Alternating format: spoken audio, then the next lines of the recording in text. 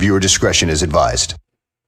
In the middle of multi-million-dollar condos in Chicago's North Side, there's a war raging that has claimed nearly 20 lives in the last 10. Ain't shit. Y'all about to say that ain't the North Side of Chicago like where the rich people are at? I guess they built two hoods on accident and some of that. How they, that non-civilian type of stuff. Years. This destructive feud has claimed lives in crazy ways, like one particular murder in 2018, but more on that later in the video. Many people might not know this, but Polo G reps a gang called 1300. I did not know that. Comment down below if you knew that Polo G reps a squad called 1300. Their beef with OTE is one of the oldest in the city. So old, in fact, the current active members don't even know how it began, which is wild. How does that make sense, bro? Yeah, we've been beef for this. I don't even know why we beef. We just doing it. I don't even know why. The two gangs occupy two infamous projects, which because of gentrification are surrounded by some of the most expensive property in Chicago. Cabrini Greens is home to OTE, while 1300 reside in the Marshall Field Gardens. Cabrini Greens is one of the oldest and most dangerous hoods in Chicago. The original high-rise red brick buildings were built all the way back in the 50s. Polo G in Finer Things references how long the two gangs have been at war by saying they've basically been into it since those apartments were built. For generations, bitch, my side of town been drilling. We've been at war ever since the red. So how did the war start? Like, how did they start, Fortniting each other? How? Before O Block, Cabrini Greens was definitely the most famous block in the Windy. Have you ever heard of Cabrini Greens Apartments? I apologize for saying the name wrong, but have you ever heard of that? Comment down below. City, with multiple documentaries being made about it. Residents in the 90s described snipers placed on rooftops and shootings were a daily occurrence. Snipers? Oh, y'all was really on that Chicago type, man. What am I looking? Snipers is crazy. Most of the original buildings were knocked down in the early 2000s to try to lower the violence there. But what remains is still a breeding ground for gangster disciples that rep the set OTE or only the end. 1300's territory and where Polo grew up is Marshall Field Gardens, another project that is only 5 minutes away from Cabrini Greens. For this video, I'll only be looking at murders that took place in the last 10 years. This is because it's nearly impossible to accurately discuss deaths from 25 years ago. Now it's time to get into the first murder. The first death in the more recent part of the feud is that of Thana from 1300 in 2013. Thana was walking just down the road from Marshall Field Apartments with his friend to get diapers for his son. Sadly, he was spotted by OTE members. They began firing at Thana and he was struck multiple times. RP to that, man. It's worse, bro, when you're a non-civilian, bro, and you have a kid, bro. It's the worst thing ever, man. Worst thing ever, man. I feel so bad for that kid, man. His friend was hit once in the head and miraculously survived, but Thana wasn't so lucky. It wouldn't take long for 1300 to get their get back. A couple months after Thana's death, 50 from OTE was killed. It's rumored 50 and a 1300 member were messing with the same girl. Allegedly, this is what led to his death. At 4 a.m., 50 was out in Cabrini Greens when someone from 1300 walked up on him. The 1300 member then opened fire, killing 50 and wounding a friend that was with him. Tim or Gucci was a very popular member of 1300. He was actually a very gifted gymnast and a member of the Jesse White Tumblers. In 2014, Tim allegedly caught and beat up an OTE member named Q Ball. Yeah, that's the thing. You go in and, you know what I'm saying, you can fight or whatever. I do not condone violence.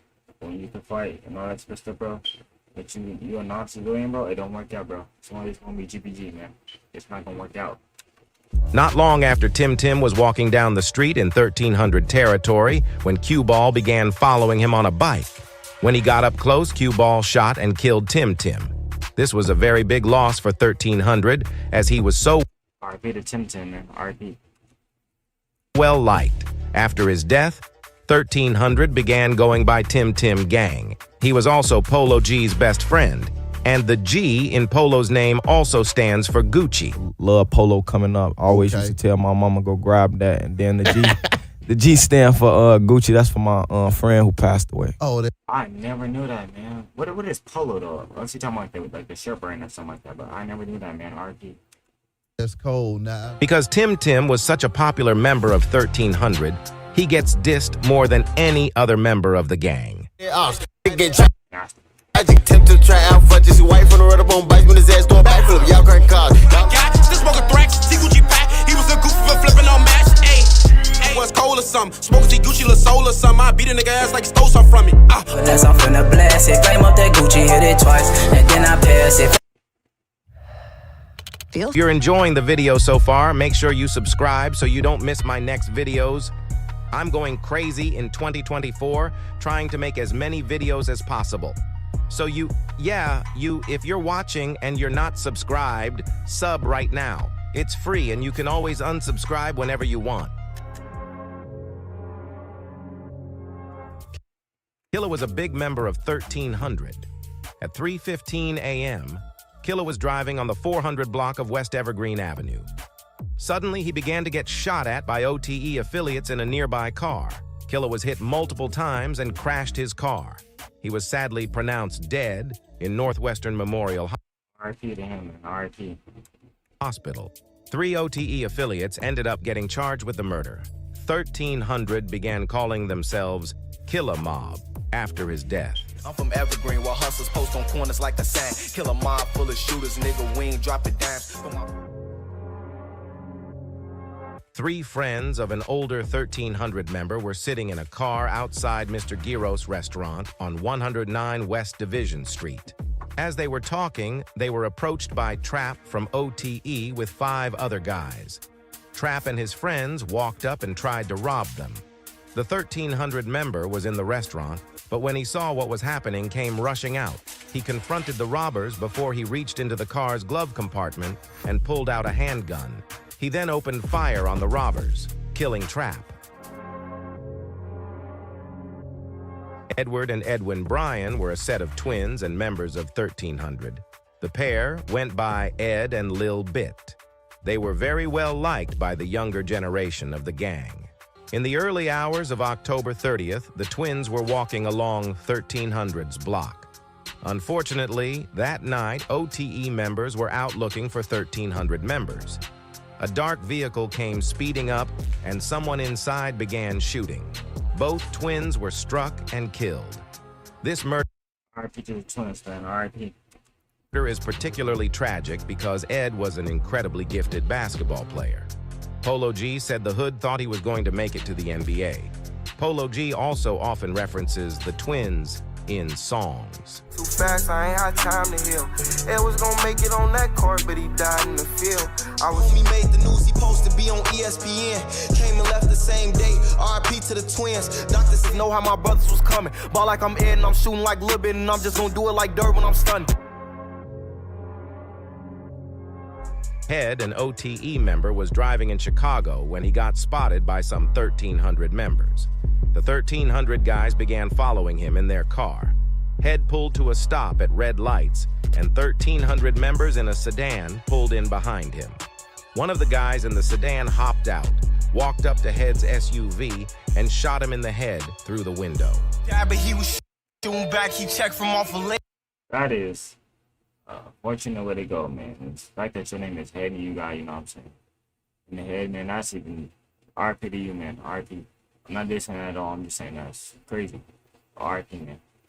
Headshot, but I know we seen the traffic call a headshot. No, nigga.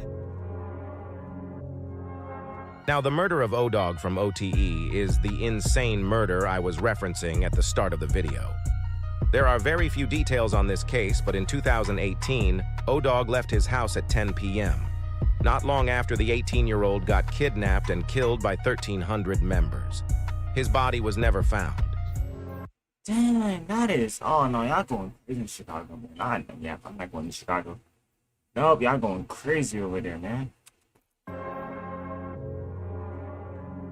Just before 6 a.m. near the Shell station on the 1600 block of North Sedgwick, Tay & Co., two 1300 members were driving in a red Buick.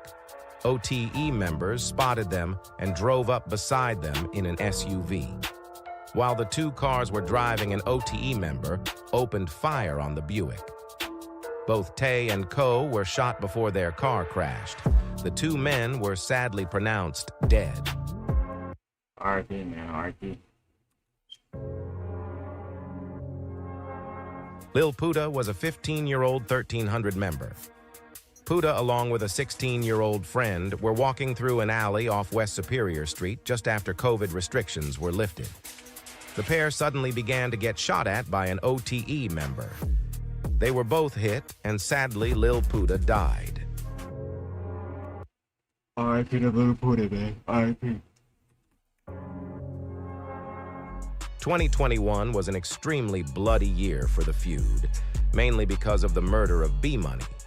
B-Money was Polo G's best friend. He spent most of his time out of Chicago with Polo.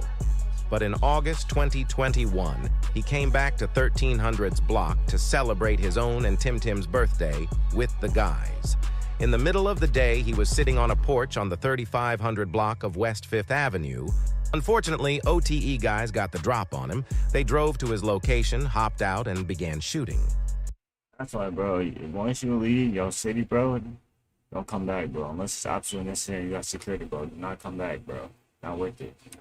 B-Money immediately started shooting back. He was hit in the leg, and his attackers began to flee. This leg shot would end up killing B-Money just 2 days after his 20th birthday. Because B-Money was another very popular guy on the block, get back for him would be quick. Facing with no mask. B-Money died, but he was shooting back. He checked from off a leg shot. But Tremendous. After B-Money died, 1300 were looking for revenge. Spaz, an affiliate of OTE, had been dissing B-Money crazy. Only hours after his death, he hit the studio and recorded a song dissing him. Shoot this motherfucking 50. B-Money with God. 1300 gray yard. 4 days after B-Money's death, Spaz was driving when a car full of 1300 members pulled up beside him. Some of the 1300 guys then began shooting, killing Spaz. As you can imagine, R.I.P. to Spaz, man. R.I.P. 1300 went crazy with the dissing after Spaz died.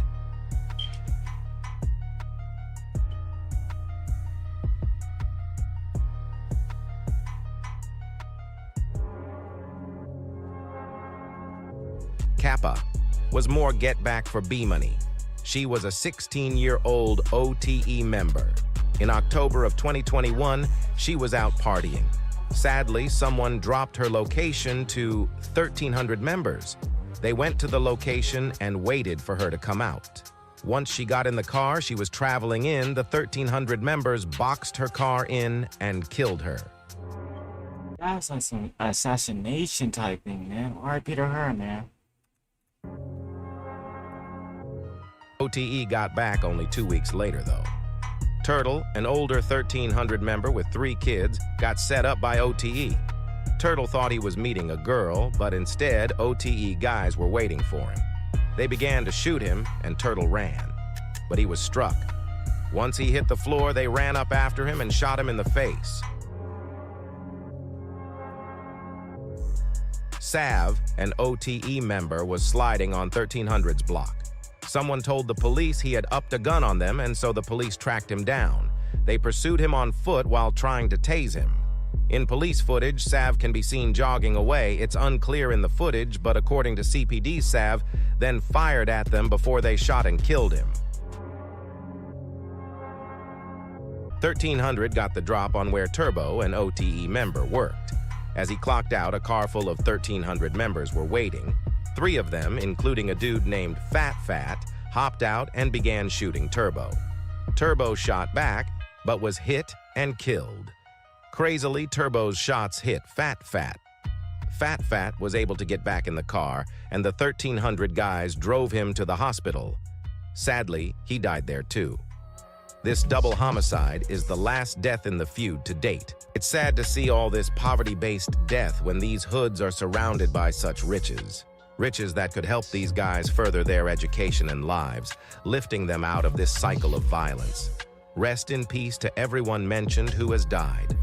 As always, there are no winners in these feuds. Thanks for watching to the end. Be sure to like and subscribe so you don't miss my next video.